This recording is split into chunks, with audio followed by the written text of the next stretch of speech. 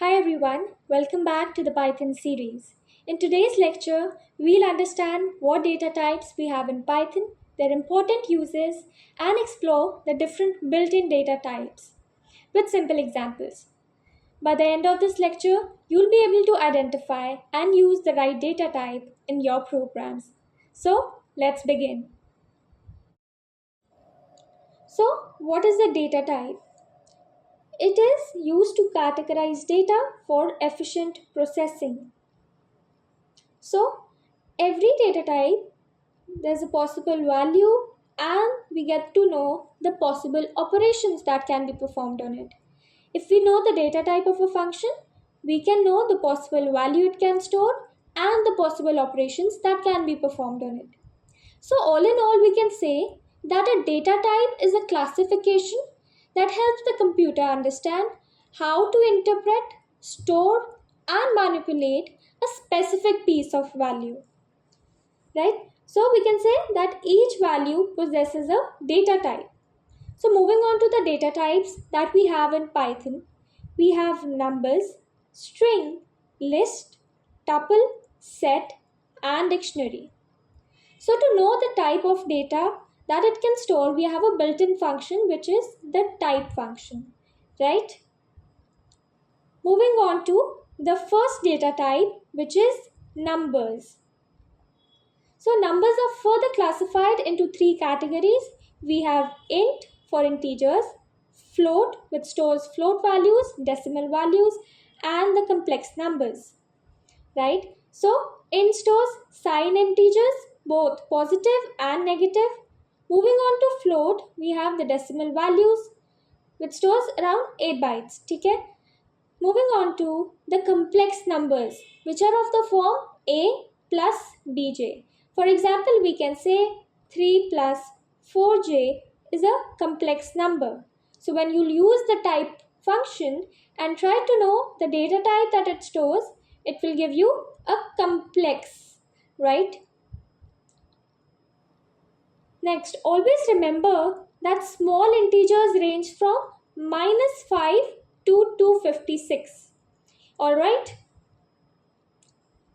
Moving on to the next data type, which is string. So, what is a string? A sequence of characters, right? So, in Python, you represent a string either in single quotes, double quotes, or triple quotes, right? So, there's a system of indexing we use in Python. So, the index ranges from 0 to n minus 1. For example, we have a string which stores 6 characters. So the index will go from 0 to 5. Alright. This way you can retrieve the element which is stored at a specific index. Right. So moving on to a very important concept now, which is encoding. What encoding does is it converts strings of characters to numbers. Right. So every alphabet has a number associated to it. A computer just understands binary language, right? So, for example, A is stored as 65. This is called as encoding. Every alphabet, every piece of letter is encoded in Python and elsewhere as well. So, encoding is of two types. We have ASCII and Unicode. In Python specifically, we use the Unicode, right? So for example, you don't know the number of letters in a given word. What you can do is, if you want to retrieve the last item in a string, the last letter, you can check for index at -1, which would be the last alphabet, right? We'll be practicing it in the coding as well. Next, a very important data type, which is lists. So, lists in Python are enclosed in square brackets, right? So, a list is used to store multiple values of different data types at a time, be it an integer, a string, or any other data type, right? So, we have taken an example over here and created a list named list1. enclosed it in square braces, and we have the elements stored in it 1, 2, the string 1 and the string high, right? So supposing, let's talk about index that we discussed 0 to n minus 1. In this list, we have 4 elements, right? So the index will range from 0 to 3. It starts from 0 and so on up till 3. So for example, we want to retrieve the element at first index, which is 2 in this case, in list 1. So we will write print list 1 at index 1 and we will get a value of 2. I hope that is clear, right? Now moving on to the next concept, which is slicing. So what if you want to get a subset of a list, not a single element but a subset, right? So what you can do is you can take the help of slicing, and for example you want to find out the elements, the subset of list 1 from index 1 to 3 where 3 is not included. So we'll get the elements at index 1 and the element at index 2. So element at index 1 is 2 and the element at index 2 is the string 1, right? You'll get the list. Now let's take another example which will make things much easier for you, right? So there's a detailed example.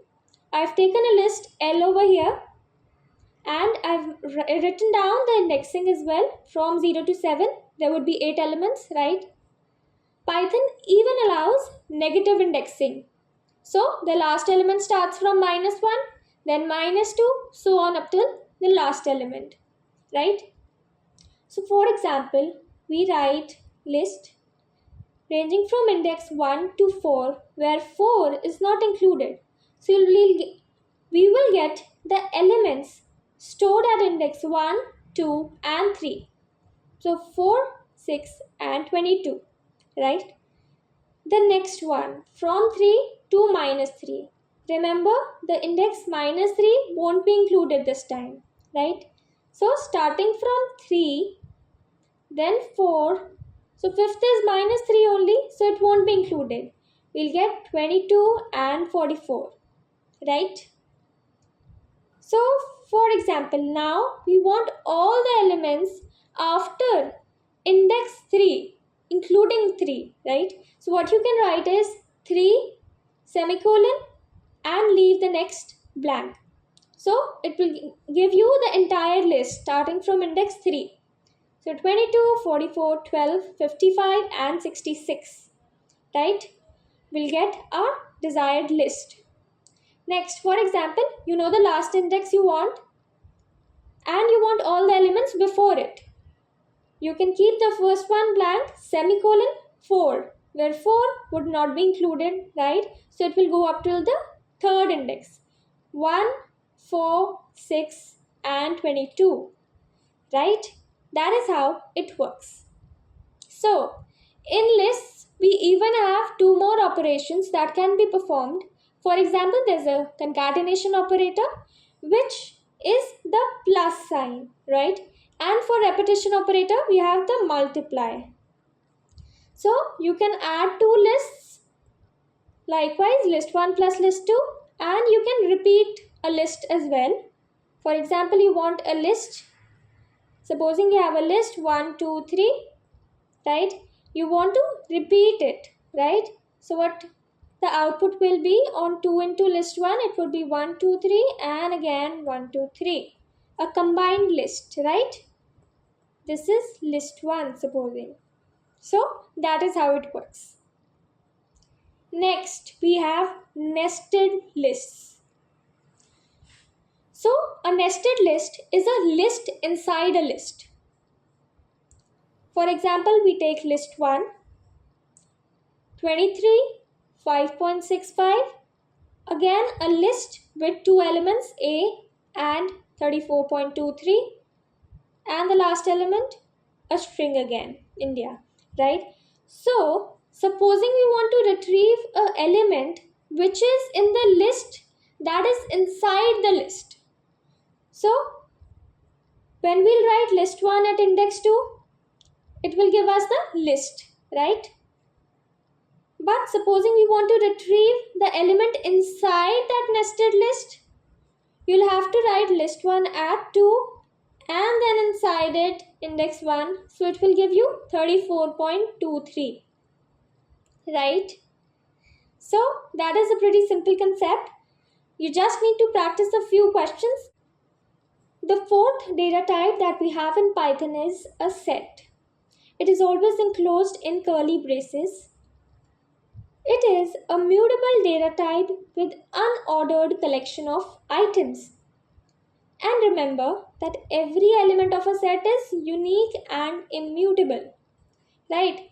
So firstly, let's understand the difference between what is mutable and what is immutable. So mutable is something that can be changed, right? Whereas immutable means something that cannot be changed over time. It remains fixed, right?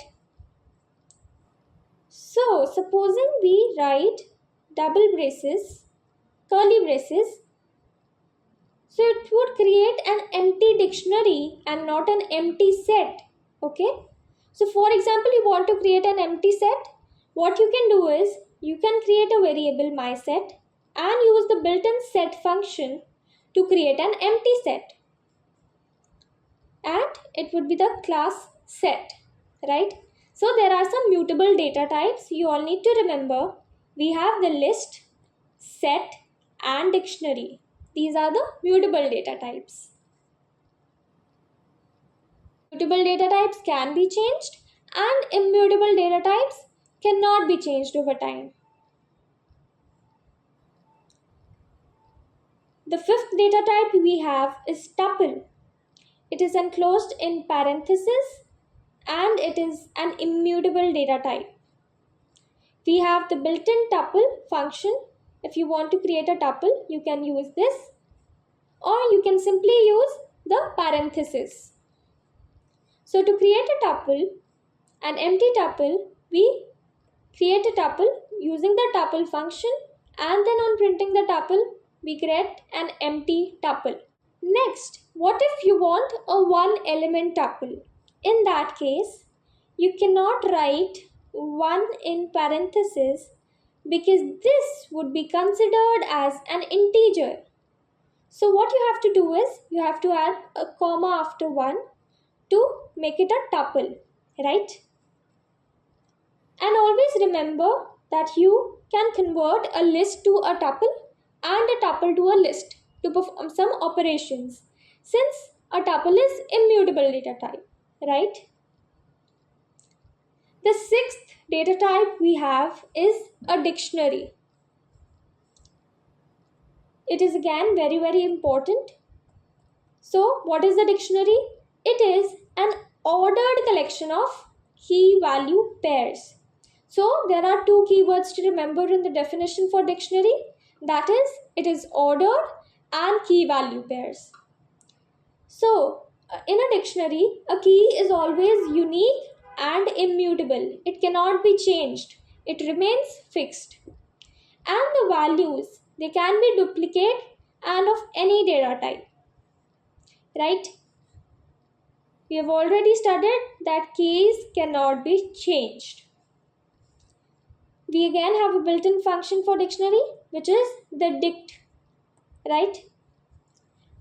Now let's have a look at some examples for better understanding. Let's start with the first example. We have created a dictionary myDict using the dict function. Here the keys are Delhi and Mumbai and the values assigned are 30 and 20 respectively. On printing the dict, this is a dictionary that we get as the output, right? Now, what you can do is to create a dictionary. The second method is using list of tuples. Creating a dictionary myDict using the dict function. There's a list of tuples. This is the first tuple, Delhi and 30. This is the second tuple, Mumbai 20, and a list, right? Enclosed in a list. So note that if duplicate keys are used, the last one overrides the previous one. This is a very important point to note, that if duplicate keys are used, the last one would override the previous one. Moving on to the next example. So we are creating a dictionary MyDict. 1, 2 and 3 are the keys here, and the strings 1, 2, 3 are the values stored in it. So on printing MyDict, we get the dictionary, right? Now let's try to retrieve the values using the keys. So let's take a fresh example. We have created a dictionary dict1. The keys here are name, num, age. The values include J, 54 and 12 respectively. On printing the dictionary, we'll get the dictionary. Now, to retrieve the value for the dictionary with the key age, this is how the syntax would be. You will write print dict1 at enclosed in square brackets age, right, the key, which will return the output as 12. Next, if you want to retrieve the value in the dictionary stored at key num, this is how it would be written. You will get the answer as 54. Now supposing we try to assess a value at a key which does not exist. There is no key defined. What would happen in that case? Let's have a look. Supposing we try to print dict1 at the key place. So there is no key place in our dictionary. So it would result in a key error, which means that key does not exist. I hope that is clear. Now to update the values in our dictionary. So in this example, we had dict1 at key name as J. Supposing we want to update it to Krish. You can write dict1 at name in square braces is equal to Krish. So on printing the new dictionary, you will get it updated dictionary of this sort, right? J will be replaced with Krish this time. So last time we were getting a key error when we tried to assess a key that did not exist. So if you don't want to get a key error, what you can do is use the get method, right? It is again very important to note that to avoid any key errors, always use a get method, .get. So the .get method is a safe way to assess dictionary values. If the specified key is not found, it returns none by default instead of raising a key error. You can also provide a custom default value to return if the key does not exist. Okay. So let's try an example. We have an example over here. We have a dictionary capitals. The keys here are USA, India and Nepal. The values stored are these, right? So on using print capitals.get at key India, we get the output as New Delhi. Next we have capitals.get at key Australia.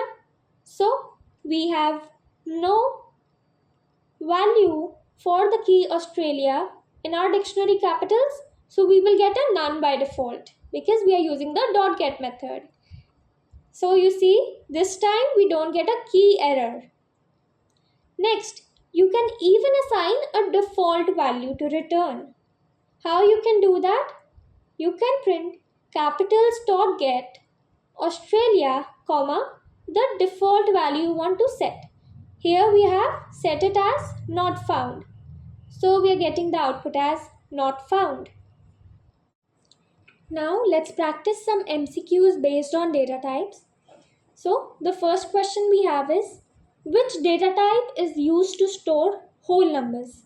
We all know by now that integers, int, is used to store whole numbers, which comes in the numbers data type, right? A part of numbers. We have three types in numbers, which is int, float, and complex. Next question we have is, which data type stores decimal values? So it would be float this time. What is the output of the following code? So let's check.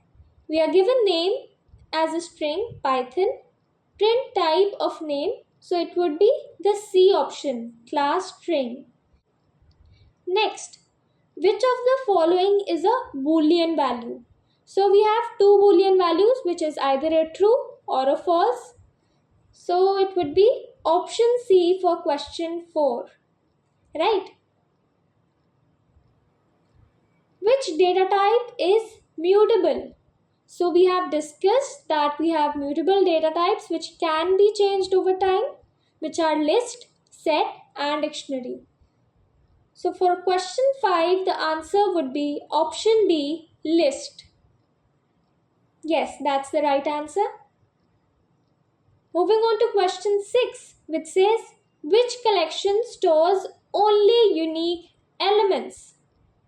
So we have discussed in our theory lecture that a set stores unique values only. No duplicate elements are allowed. So the answer to question 6 would be D, set. Moving on to question 7, which is, which data type stores data in key value pairs? So we all know by now that a dictionary is an ordered collection of items which stores the values in key value pairs, right?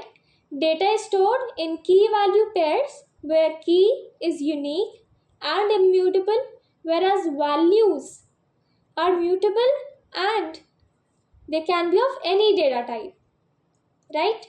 So answer is C, dictionary. Next, we have question 8, a programming based question, which says, what would be the output? We have a set numbers with the values 1, 2, 2, and 3. So on trying to print the set, what will be the output? So in my opinion, it would be option B. Let's check. Yes, it is option B. Why is it so? Because the set stores unique values only. No duplicate values are allowed, right? So we will get all the unique values displayed in the set. Here 2 is repeated, but that would be considered only once. So the unique elements would be 1, 2, and 3, right? Now question 9 says, which function is used to find the data type of a variable? We discussed this at the very start of the lecture, wherein I told you about the built-in function, which is the type, right? So it will help you know the data type of the variable. Now the last question, which is question 10, says, which keyword represents the absence of a value in Python? So it would be option D, none. But we are ready. Let's start our programming journey by understanding one of Python's fundamental concepts, data types. Starting with the first data type, which is numbers. We have three types of numbers, which is integers, float, and complex. I've created three variables: age, assigned an integer value to it of 15, created price, float, and num, in which I'm storing a complex number. On using the type function, we'll get their following data types. Let's try to run the code and see if it works. So, yes, 15 is of type int, 99.99 is of type float, followed by 3 plus 5j as a complex number. Moving to the next data type, that is strings. The strings store text and support many built-in methods. We are considering name variable which stores the value Nick. We are trying to print the name, the type of it, and using a few built-in methods, converting all to uppercase, then to lowercase using the lower, finding out the length, and then indexing, which goes from 0 to n minus 1. So here n would be at 0th place, I at 1, C at 2, and K at 3. When we are trying to retrieve the element at third index, we'll get a K. Let's try to run the code and yes. So on printing name, we'll get Nick, type is string, uppercase, lowercase, the total number of alphabets, and the element at third position, the third index. Next, we have the bool data type or the boolean, which stores either true or false. So we have created a variable result 10 greater than 5, which is true. So on printing result, we'll get a true value and then the type is bool. Now let's start with a very important data type, which is list. List is an ordered mutable collection. Let's create a list supposing fruits and store values like apple, banana, and cherry in it. Next, let's try to print this list, right? So supposing we want to fetch the element which is fruit. So it is at index 1. Index start from 0 to n minus 1. So since there are 3 elements, it will go from 0 to 2. Next, let's try to append this list, update it, right? Supposing we want to add an element orange to it, and now let's again print the list. Now let's update the value at 0th index to supposing grapes and print the list. Let's run this code and see how it works. So for the first one, print fruits, it prints the list that we have made, right? Apple, banana, and cherry. Moving on to the next one, fruits at index 1 will give us banana. Then we are appending the list and adding orange to it. So now we have 4 elements. Next, since we are updating the list, at 0th index, apple would be replaced by grapes. So grapes, banana, cherry, and orange, right? Always remember that a list is enclosed in square brackets. Next, we have tuple.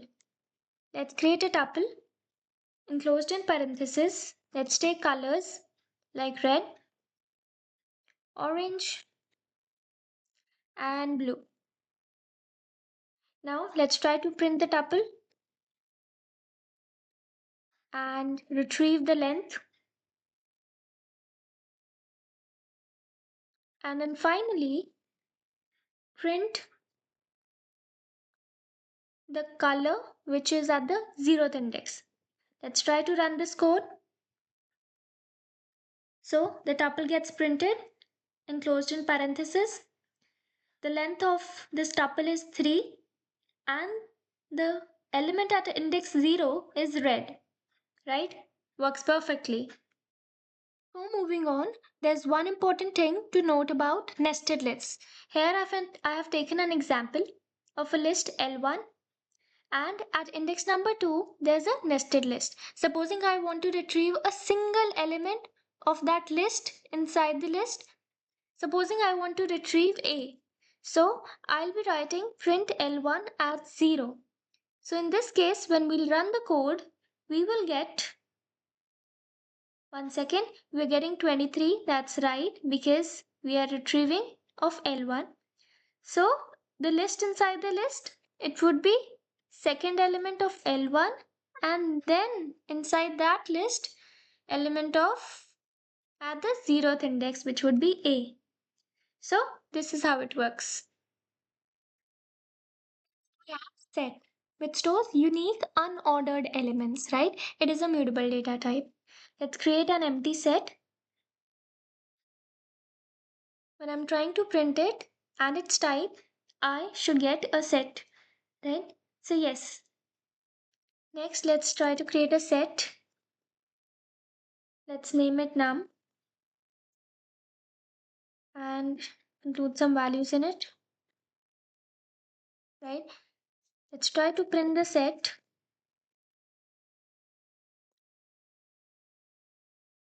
So yes, since a set stores unique unordered elements, therefore only the unique elements are displayed here.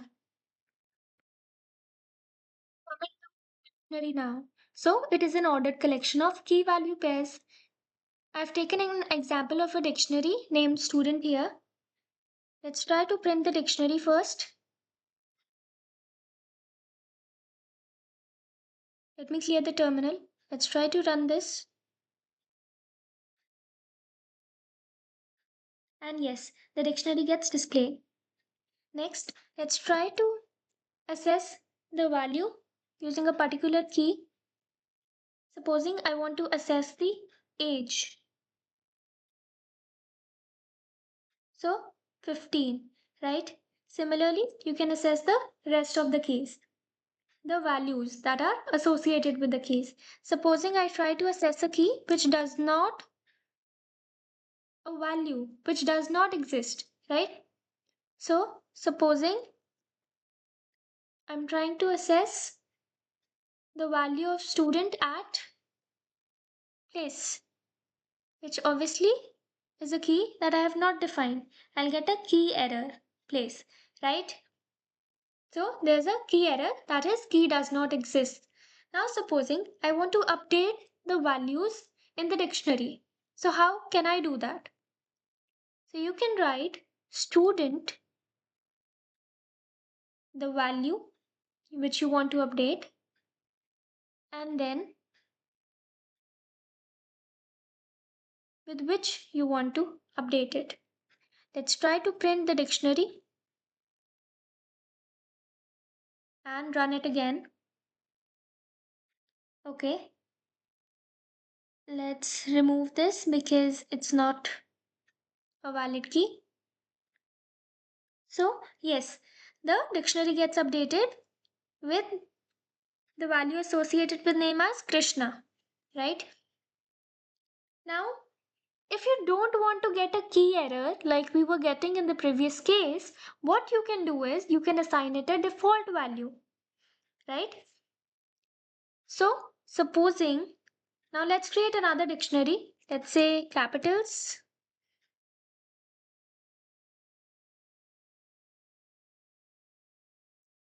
So for USA, it is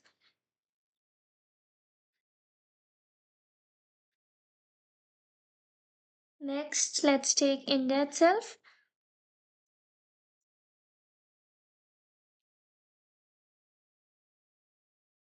Right, so two entries for now are sufficient.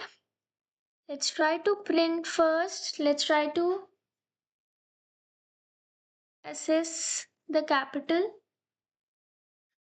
So for that, as I discussed in the theory lecture, we'll use the get method, right?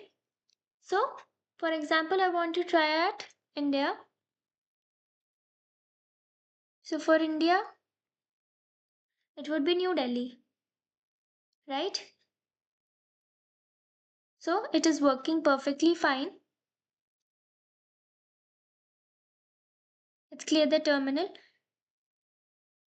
Now supposing I want to assess the value at key, which is Australia. So in this case, since there's no such value, we'll get a none, right? But supposing you want to give it a default value,